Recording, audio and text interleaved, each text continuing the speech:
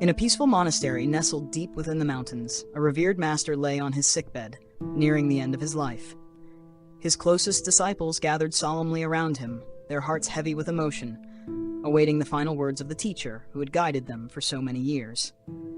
In that sacred moment, the master turned his gaze to his successor, a gentle, promising young monk, and uttered just one sentence: "Remember, never keep a cat in your life."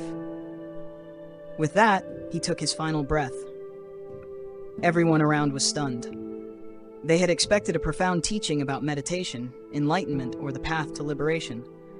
But what the great master left behind was a seemingly simple, even meaningless instruction: don't keep a cat. That final remark quickly spread throughout the monastery, sparking mixed reactions.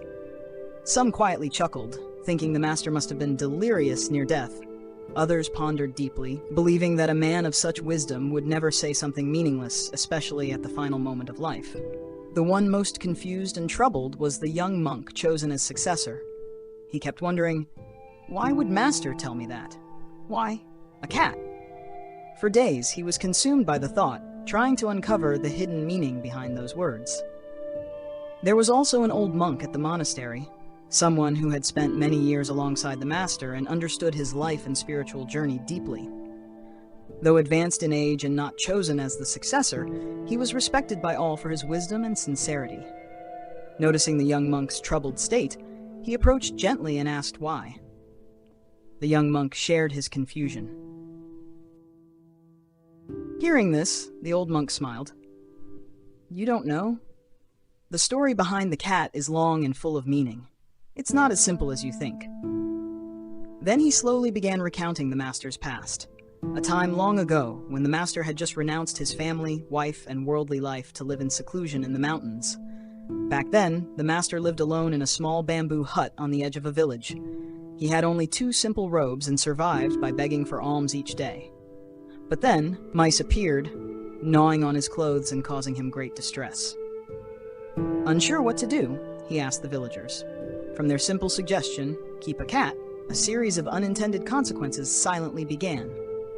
After adopting a cat to chase away the mice, the monk faced a new problem. The cat needed milk. But the monk had nothing besides a few robes and the humble food he received from begging.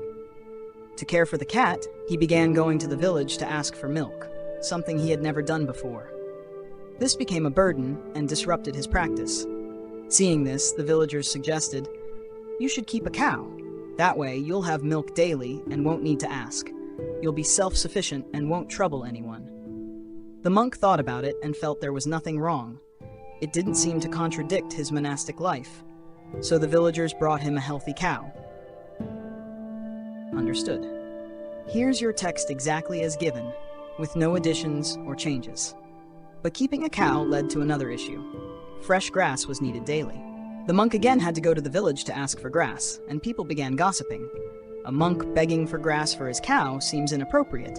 When he asked for advice, the villagers gave a new solution. "There's a young widow in the village, childless and alone. If you allow it, we can ask her to come up the mountain to help care for the cow, cook, and tend the garden."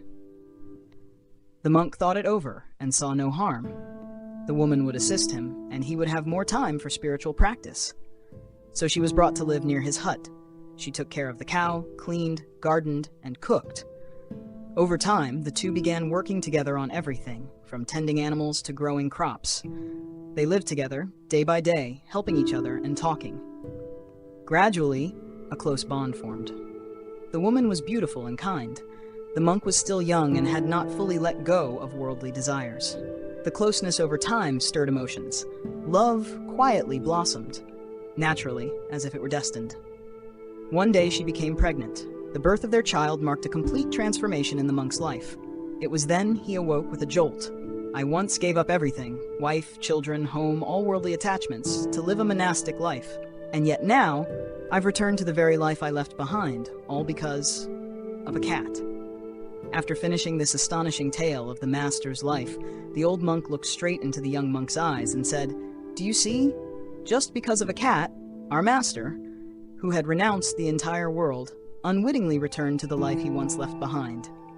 Then he added with deep insight, "The cat here isn't just a literal cat.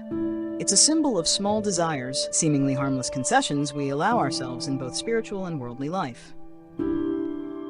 This story serves as a warning about how the human mind works. It doesn't lead us astray all at once, but little by little, with reasonable excuses, small needs, and invisible compromises. When the monk took in the cat, he had no thought of ever returning to worldly life. He only wanted to protect his clothes from mice. But then he needed milk. To get milk, he needed a cow. To care for the cow, he needed help. And from that help, a relationship formed, pulling him back into marriage, family, and everything he had once abandoned. Likewise, in everyday life, we know what's right and wrong. But sometimes, out of curiosity or the urge to try just once, we let ourselves cross a small line. Someone might try smoking or using a substance just once for fun. But after that first time, the mind craves more. It reasons just one more time, and gradually they fall into addiction without realizing. It all starts from one small permission, or with unhealthy eating, laziness, procrastination. It all begins with just one moment of letting it slide. But those moments accumulate and gradually erode willpower, breaking inner discipline. The deep lesson here is, never let your mind keep a cat, even a small concession, because from there you may lose the path you once chose. Indulgence begins quietly, but its ending is often loud and painful.